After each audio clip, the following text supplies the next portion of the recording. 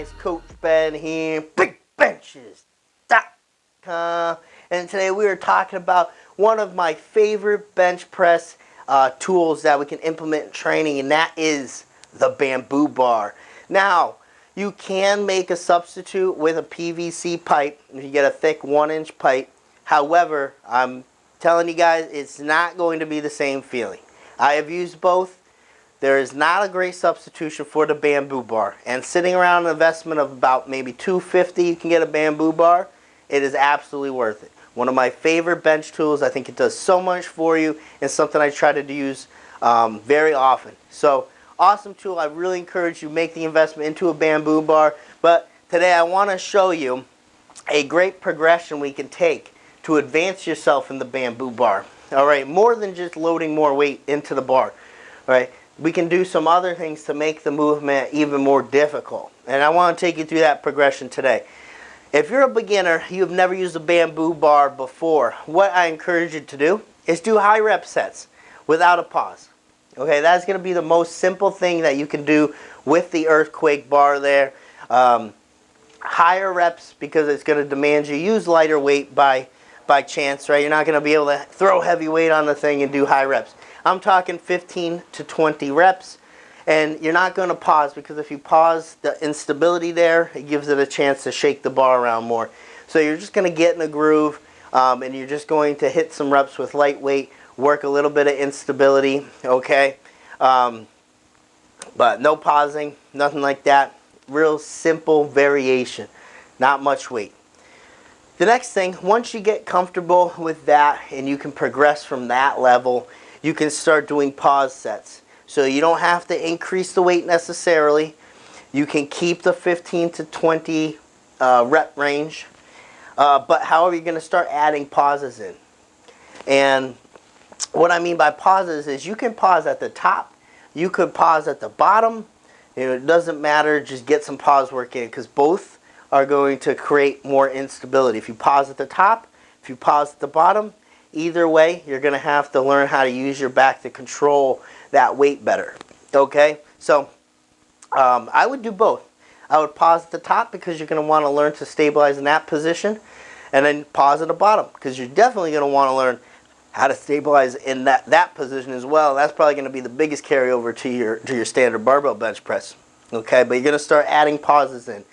The next wave of progression, I would start lowering those reps and adding some weight. Okay, so you can still play around with no pause or pause sets, but those lower reps, heavier weight, obviously you're going to have a much harder time stabilizing that weight. It's more weight, more bounce around. You're going to have to work much harder to stabilize it. So once you're comfortable hitting higher reps without a pause, you start adding in pauses. Now you can start lowering your reps and adding some more weight. That would be the next natural progression. And then adding in pauses or without, that's just going to kind of further that. All right, but if you start shooting for the rep range of 6 to 10, adding more weight to that, you're going to feel a lot more demand to keep that weight stable. And the last progression here that we're going to talk about, you can tie it all together, is random tempo and pause sets. And this is what I call a hell set.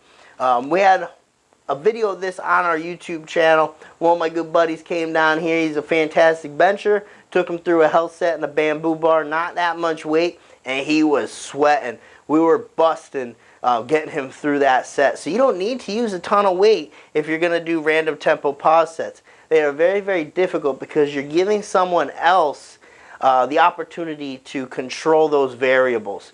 So when you're controlling those variables, when you have to, you choose when you pause and whatnot, you have that ability to stop whenever you want. You're not going off reaction. And going off reaction is what makes it very difficult to do. So your training partner is going to be like, oh, at 5 second lower, and he's going to call it out each set or each rep, right? 5 second lower, 3 second lower, press slow on the way up, press explosive, pause at the top. When you're coming down, he'll say stop. It'll be about mid-range. You can stop someone at any point.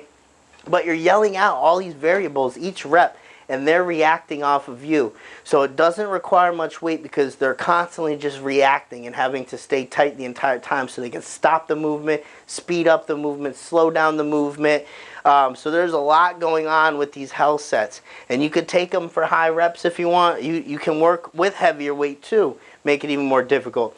So this is the ultimatum right here. You can work into a health set scheme and you can go high reps without a pause. You can throw more heavy weight on, but this is the type of progression that you're looking at when you're going through this bamboo bar work. If you want to make it more difficult, don't always need to add weight. It's just a piece of the puzzle. Go through this progression, but I'm telling you, getting stronger at doing this, using a bamboo bar, going to have immense benefits towards your bench pressing. Coach Ben here. And you know where to find me.